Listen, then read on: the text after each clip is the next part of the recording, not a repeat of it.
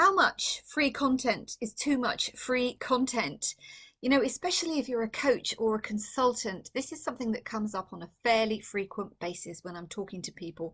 And it came up again in one of the coaching groups I'm in this last week. So I want to just give you a little bit of guidance about how you can manage this, because I know there is a lot of uncertainty, potentially fear around, if I'm blogging or if I'm doing videos like this, if I give people too much information, then they're not going to want to invest in themselves and come and work with me.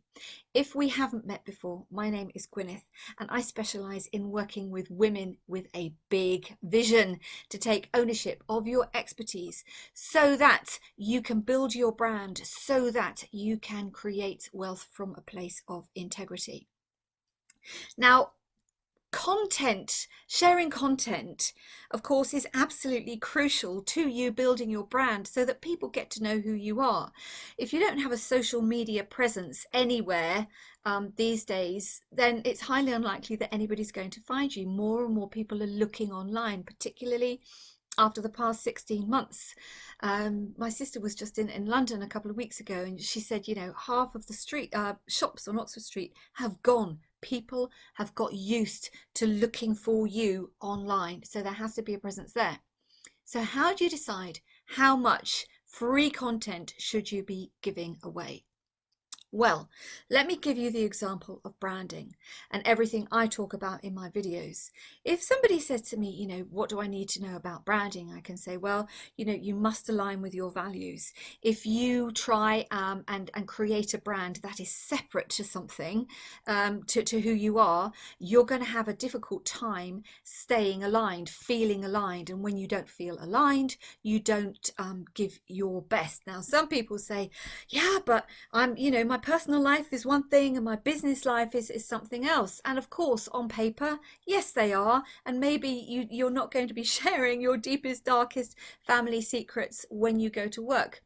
But your brand is still very much about who you are. You don't suddenly flick a switch and turn 180 degrees and become somebody completely different in business. Now, the example I always give there is as somebody who loves nature, loves animals, has rescued several dogs, picked up a bee this morning because I didn't want to get trodden on. Those things are important to me.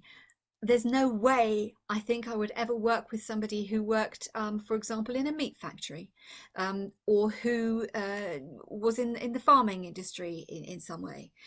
Those kind of grate too much against my own values, my own brand. Now, I've told you all this, but I haven't actually told you how you find out what your values are, how to align with your brand, how to actually dig deep into yourself so that you can begin to feel that emotion. Another thing with branding, how do you want your clients to feel when they first come to your website, or when they meet you, or when they see you on Facebook, or when they read a piece of your content? What are the emotions that you are trying to promote to them? Do you want to inspire them? Do you want to make them curious? Do you want to shock them into taking action? Now, again, I've told you what to do, but I haven't shared with you how to do it. Do you see the way that this actually works? So you can give a huge amount of content. You can share a lot of checklists. This is what you do. These are the things that are important. 3 steps to, 3 secrets to. All these types of things that you see potentially when you're signing up for workshops and other things. You learn a lot about the what. You don't get so much about the how. So if that is you, think about creating, which steps do you want people to take if they're going to be working with you, if they're going to be investing with you. You don't have to tell them how you're going to do it together. It makes a huge difference. And that is how you can give. I've told you that how. That is how you can afford to give away a lot of free content.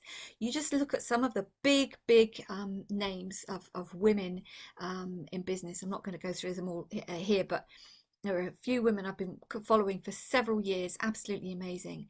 And they are successful because they are sharing loads and loads of what. This is what you need to do. Very, very little how to in the public arena, because let's face it, you're investing in somebody's expertise, their knowledge, their support to help you get you where you want to be.